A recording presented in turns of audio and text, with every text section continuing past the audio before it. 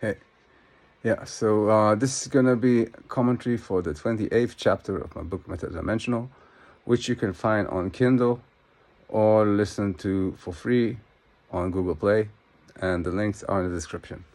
Okay, so chapter 28 is called Intelligent Design. Okay, consider this story. Boy meets girl, girl meets boy. Boy likes girl, girl likes boy. They get together, they have kids. Okay?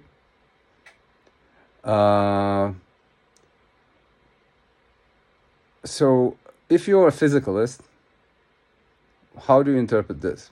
You would say there are different types of biological and reasons, like, or physicalist reasoning why boy likes girl and why girl likes boy. It's ingrained into the automaton that is the animal, the human animal, or the human animal body of these, the boy and the girl, and the fact that they chose each other, that's just programming. Yeah, so that's what a physicalist would say. But is that true? So think about anytime you had a crush, or you loved someone, you love someone.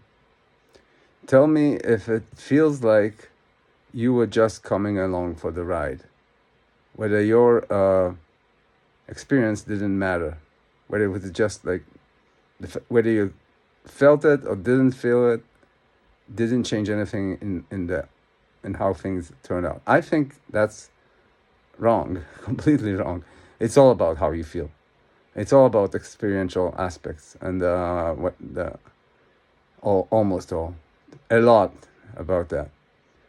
So now, when I'm saying experiential, so I mean, okay, you could say, yeah, it was my soul that caused me to do that, to fall in love with that person, or it was my consciousness that made it happen. But now consider the fact that you know that the memories that you had at the time were all stored by your body. They're all bodily. Like, without the body, you wouldn't have these memories. So you have to take. And you're saying the reason I fell in love and had kids is not because of the body, it's because of something else. Okay, if it's something else, then it's not the body. Okay, so it's not memory, because the memory is in the body, and it's not chemicals. Chemicals are in the body. It has to be something that is not bodily, something that is not external to experience. Okay, so now you get something that is not in, something that's purely experiential, that determines how the progression of your genealogy happened. Like, what was your offspring, and what would be, in the same way, what would be their offspring, and what would be the offspring of everybody.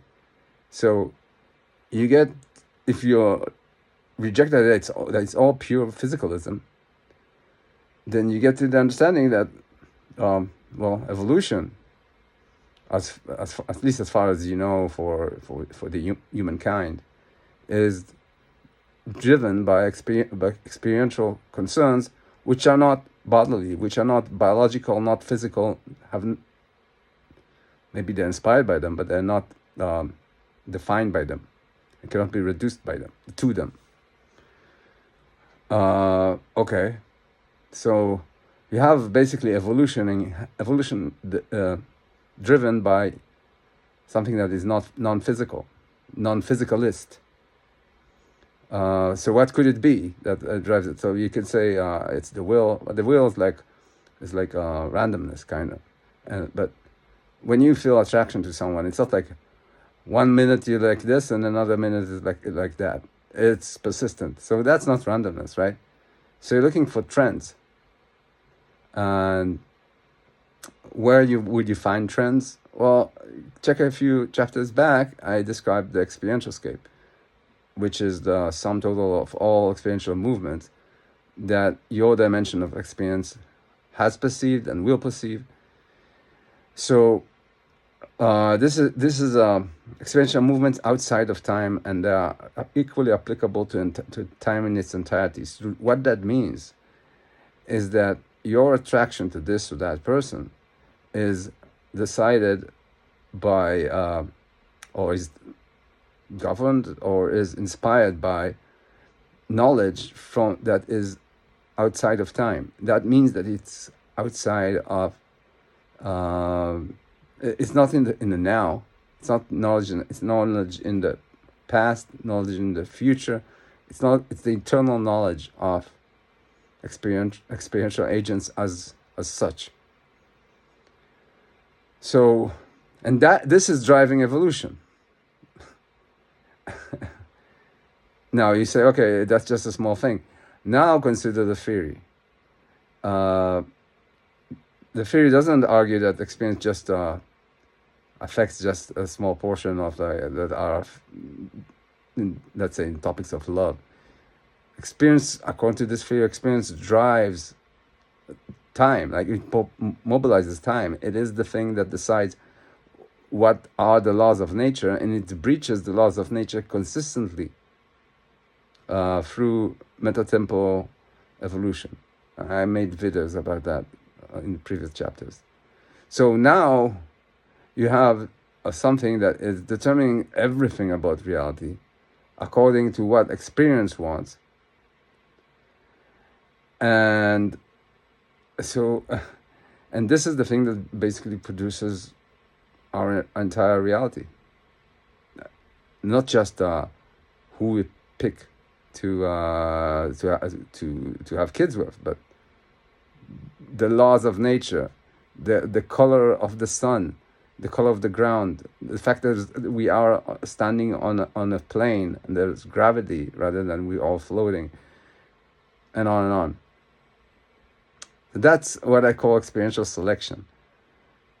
And the thing is, experiential selection is a much stronger evolutionary player than natural selection.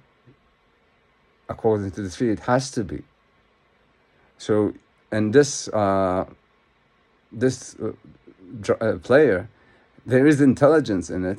It is pulling, instead of natural selection, which is propelling evolution from the past into the future through principles of evolution. This is pulling evolution toward an eternal destiny. That destiny is to match the trends of the experiential scape. So you get this is pretty much intelligent design. The only thing is, it does nowhere in this description do you need God. You get intelligent design. You just don't. God is simply not necessary. We are doing that work, every single one of us.